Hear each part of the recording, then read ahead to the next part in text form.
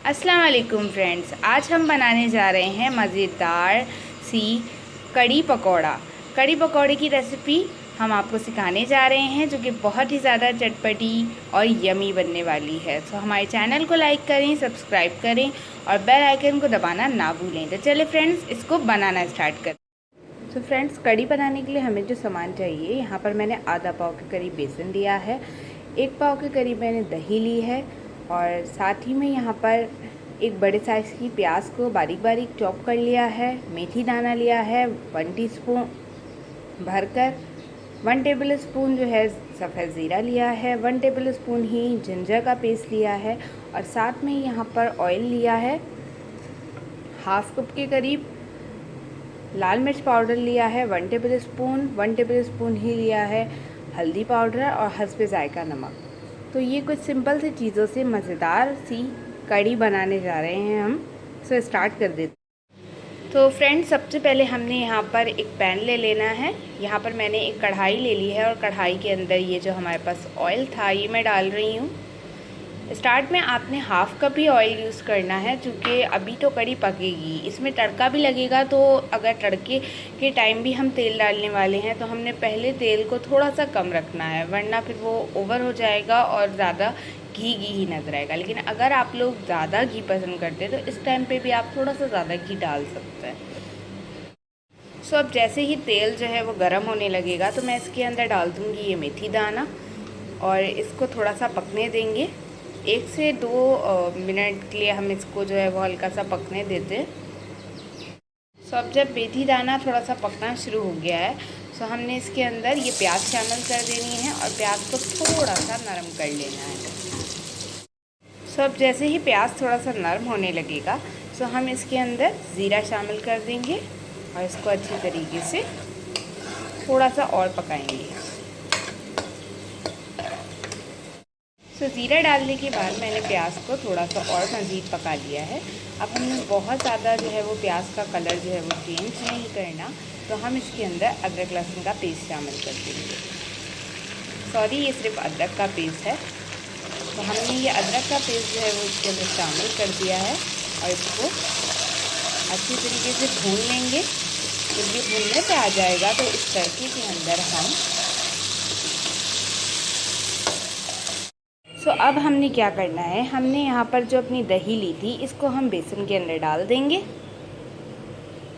इतने हमारा मसाला थोड़ा सा पकेगा तो हम इसका बेसन का घोल बना लेंगे। यहाँ पर हमने जो दही थी वो बेसन के अंदर शामिल कर दी और साथ ही में ये तीनों के तीनों मसाले भी हम इसके अंदर शामिल कर देंगे और इसको हम एक बीटर की मदद से अच्छी तरीके से एक सॉफ्ट सा पेस्ट बना लेंगे। तो अब आप देख सकते हैं कि मैंने दही और बेसन को आपस में एक स्मूथ सा पेस्ट बना लिया है। अब इस पेस्ट के अंदर मैं तकरीबन 2 गिलास पानी डालूँगी। पहले 1 गिलास पानी डालूँगी और इसको अच्छी तरीके से मिक्स करूँगी और फिर दूसरा गिलास पानी डालूँगी। यहाँ पर मैंने 1 गिलास पानी डाल के इसको अच्छी तरीके से मिक्स कर लिया है। अब मैं साथ ही में इसमें दूसरा गिलास पानी भी डाल दूँगी। इस पेस्ट के अंदर सिर्फ हमने 2 गिलास पानी डालना है इस टाइम के अंदर। इसके बाद जब हम इसे कढ़ाई में डालेंगे तो हम इसके अंदर 2 से 3 गिलास मज़ीद पानी ऐड करेंगे।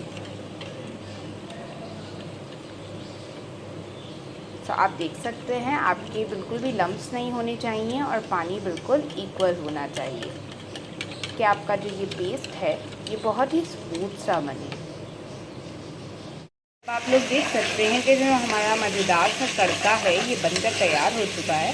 तो अब मैं आँच को जो है वो थोड़ा सा स्लो कर दूँगी और अब साथ ही में इसके अंदर हम इस तड़के के अंदर अपने पेस्ट को शामिल कर देंगे। जो घोल हमने बनाया था वो आपने इसके अंदर डाल देना है और अच्छी तरीके से इसको मिक्स करना है। अब आपने आँच को मीडियम कर देना है, बहुत ज़्यादा तेज़ नहीं करना है और इसके अंदर तकरीबन 3 से 4 गिलास पानी नीम गरम कर कर ऐड करना है। वो अभी नहीं करना, अभी पहले हम इसको थोड़ा सा पकाएंगे। जब ये थोड़ा पकने लगेगी तो फिर हम इसके अंदर वो नीम गरम पानी ऐड कर। कड़ी को पकते हुए तकरीबन 5 मिनट हो चुके हैं तो मैं इसके अंदर नीम गरम पानी जो है वो शामिल कर दूँगी। ये 3 ग्लास से 3.5 ग्लास पानी है जो कि मैंने इसके अंदर डाल दिया है और अब मैंने इसको पकने रख देना है हल्की आंच के ऊपर। तकरीबन ये 1.5 से 2 घंटे के लिए पकेगी और ये तैयार हो जाएगी। फिर हम इसके पकौड़ों की तैयारी शुरू करेंगे। तो अब हमें कड़ी को पकाते हुए तकरीबन 2 घंटे हो चुके हैं। इसको हमने तकरीबन 10 से 12 मिनट बाद जो है वो चलाते रहना है हमने भी 10 से 12 मिनट बाद जो है हर 10 से 12 मिनट बाद कड़ी को चलाया है और अब आप देख सकते हैं कि कड़ी का टेक्सचर जो है वो कैसा हो गया है। ये आपने स्लो ही आंच के ऊपर पकानी है, अगर आप तेज़ आंच के ऊपर पकाएंगे तो ये नीचे से लग जाएगी। और कड़ी को हर 10 से 12 मिनट बाद आपको ज़रूर चलाना है, वरना भी आपकी कड़ी लग सकती है। सो अब आपकी ये जो कड़ी है ये तैयार हो चुकी है। तो अब हम इसको रख देंगे साइड पर और अपने पकौड़ों की तैयारी स्टार्ट कर देंगे। तो फ्रेंड्स, अब हम पकौड़े बनाना शुरू करेंगे। यहाँ पर मैंने 1.5 कप के करीब जो है वो बेसन ले लिया है। बेसन के अलावा यहाँ पर कुछ मसाले लिए हैं जिसमें 1 टेबल स्पून जीरा है, ये कटा जीरा है, हल्के चाय का नमक लिया है, हाफ़ टी स्पून जो है वो चिली फ्लेक्स लिए हैं, कुटी लाल मिर्च और यहाँ पर 1.5 टी स्पून के 1.5 टी स्पून हमने लिया है मीठा खाने वाला सोडा। ये सारी चीज़ें जो है हम अपने बेसन के अंदर शामिल कर देंगे। अब यहाँ पर ये मैंने एक बड़े साइज़ की प्याज ले ली थी और उसको जो है वो स्लाइसेस में काट लिया था। बहुत ज़्यादा बारीक भी नहीं काटा है और बहुत मोटा भी नहीं काटा, आप देख सकते हैं। अब ये भी हम इसके अंदर मिलाएंगे, लेकिन पहले हम इसका पेस्ट बना लेंगे। तो यहाँ पर हमने 1 कप के करीब पानी लिया है। ये पूरा इसके अंदर नहीं जाएगा, हमने इसके अंदर थोड़ा ही पानी डालना है। थोड़ा थोड़ा करके आप इसके अंदर पानी शामिल करेंगे और एक बीटर की मदद से इसको मिक्स कर लेंगे। तो मैं इसके अंदर अब पानी शामिल करने लगी हूँ और इसको धीरे धीरे मिलाना शुरू करेंगे। इसका एक स्मूथ सा बैटर बना लेंगे। तो आप देख सकते हैं कि मैंने हाफ़ कप के करीब पानी जो है वो इस्तेमाल किया है और बैटर जो है वो इस तरीके से थिक होना चाहिए आपका। इसका बैटर बहुत ज़्यादा पतला नहीं होना चाहिए, क्योंकि जब हम इसके अंदर प्याज शामिल करेंगे तो ये प्याज भी अपना पानी छोड़ेगा इसमें जाने के बाद। लेकिन अभी हमने इसके अंदर ये प्याज नहीं डालना है, अभी हमने इसको कवर करके एक साइड पे रख देना है ताकि हमारा जो बेसन है वो अच्छी तरीके से फूल जाए। उसके बाद हम इसके अंदर ये प्याज शामिल करेंगे जब हम पकौड़ों को फ्राई करने लगेंगे। तो फ्रेंड्स, अब आप देख सकते हैं कि ये जो बेसन मैंने ढक्का रख दिया था, अब ये अच्छी तरीके से जो है वो राइस हो चुका है, यानी सोडा जो है वो अपना काम इसमें कर चुका है। अब आप देख सकते हैं कि ये थोड़ा सा थिक है, तो हम इसके अंदर थोड़ा सा पानी डालेंगे इस स्टेज पे, बहुत ज़्यादा शामिल नहीं करेंगे और साथ ही में इसके अंदर ये प्याज भी शामिल कर देंगे और इन सारी चीज़ों को अच्छी तरीके से मिक्स करेंगे और एक स्मूथ सा बैटर बना देंगे जिससे हम पकौड़े बना सकें। तो इसको मैं मिक्स कर लेती हूँ। सो अब आप लोग देख सकते हैं कि मैंने प्याज और बेसन को अच्छी तरीके से मिक्स कर लिया है और बहुत ज़्यादा पानी इसके अंदर शामिल नहीं किया था, क्योंकि प्याज भी अपना पानी जो है वो छोड़ने लगते हैं। सो अब आप देख सकते हैं कि कितना थिक जो है बना है, ना बहुत ज़्यादा थिक है और ना ही बहुत ज़्यादा पनीला है।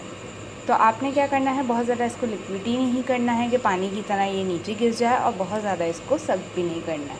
अब प्याज और इसको मिक्स करने के बाद हम तकरीबन 2 से 3 मिनट के लिए इसको ऐसे ही कवर करके रख देंगे और इतने हम तेल गरम कर लेंगे।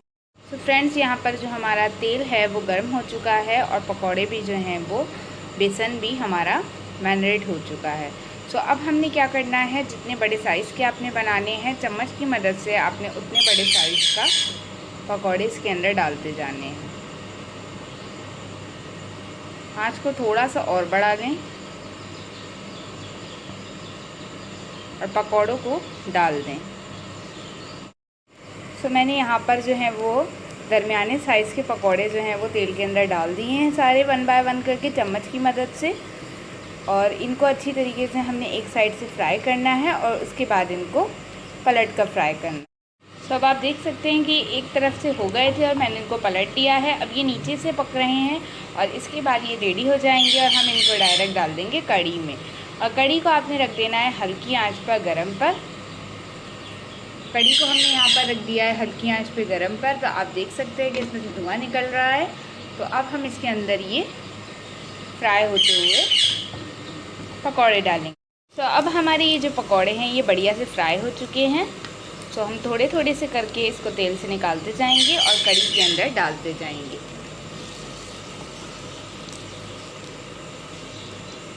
इसी तरीके से हम सारे के सारे पकौड़े जो हैं वो कढ़ी के अंदर डाल देंगे और पकौड़ों को तलकर भी सेकंड बैच भी इसी तरीके से कढ़ी के अंदर डाल देंगे। आप देख सकते हैं कि मैंने सारे पकौड़े तल लिए हैं और सेकंड बैच को भी इसके अंदर पकौड़ों के डाल दिया है।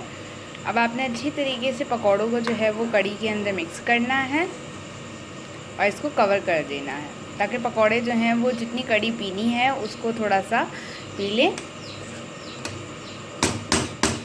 और हम करेंगे इतने तड़के की तैयारी। सो तड़का लगाने के लिए हमें यहाँ पर एक अदद छोटी प्याज चाहिए जिसको हमने स्लाइसेस में काटना है। 2 हरी मिर्चें चाहिए जिनको हमने चॉप कर लिया है। राई चाहिए ½ टी स्पून और ये हमने कड़ी पत्ते लिए हैं, तकरीबन 2 से 3 डालियों के हमने यहाँ पर कड़ी पत्ते लिए हैं। और साथ ही में जो पकौड़े तलने के बाद हमारे पास तेल बच गया था, इसी को हम इस्तेमाल करेंगे क्योंकि ये बहुत ज़्यादा फ्लेवर देगा, क्योंकि इसके अंदर हमने इसके पकौड़े भी तले। अब हमने इस तेल के अंदर, चूँकि तेल गरम है और पकौड़े अभी तले हैं, तो हमने इसके अंदर डाल देना है ये प्याज। और प्याज को हमने हल्का सुनहरा कर लेने तक के लिए पका लेना है।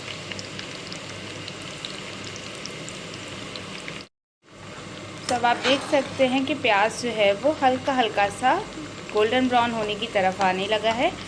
ये झाग इसलिए बन रहे हैं क्योंकि ये जो तेल है ये हमने पकौड़े का लिया है। सो अब हम इसके अंदर जो ये बाकी की सारी चीज़ें थी, राई, हरी मिर्चें और कड़ी पत्ता, ये भी इसके अंदर शामिल कर देंगे और इसको प्याज को फुल गोल्डन होने तक के लिए सारी चीज़ों को आपस में पकाएंगे। तो ये हमारा मज़ेदार सा तड़का तैयार हो जाएगा जिसको हम कड़ी के अंदर लगा देंगे। अब जब ये सारी चीज़ें अच्छी तरीके से थोड़ी सी फ्राई होने लगेंगी तो अब आपने इसमें सबसे एंड में, जो कि ऑप्शनल है, अगर आपकी मर्ज़ी है तो आप डाल सकते हैं, हम यहाँ पर डालेंगे गोल मिर्चें। और गोल मिर्चें भी इसके अंदर ऐड करने के बाद आपने इसको अच्छी तरीके से मिक्स करना है और प्याज को गोल्डन होने तक कढ़ा। सब हमारी ये प्याज जो है वो गोल्डन ब्राउन हो चुकी है। बहुत ज़्यादा आपने डार्क नहीं करनी, आपने बस इस तरीके से प्याज को कढ़ा लेना है गोल्डन ब्राउन होने तक और इसको तड़का लगा देना है अपनी गर्मा गर्म कड़ी के अंदर।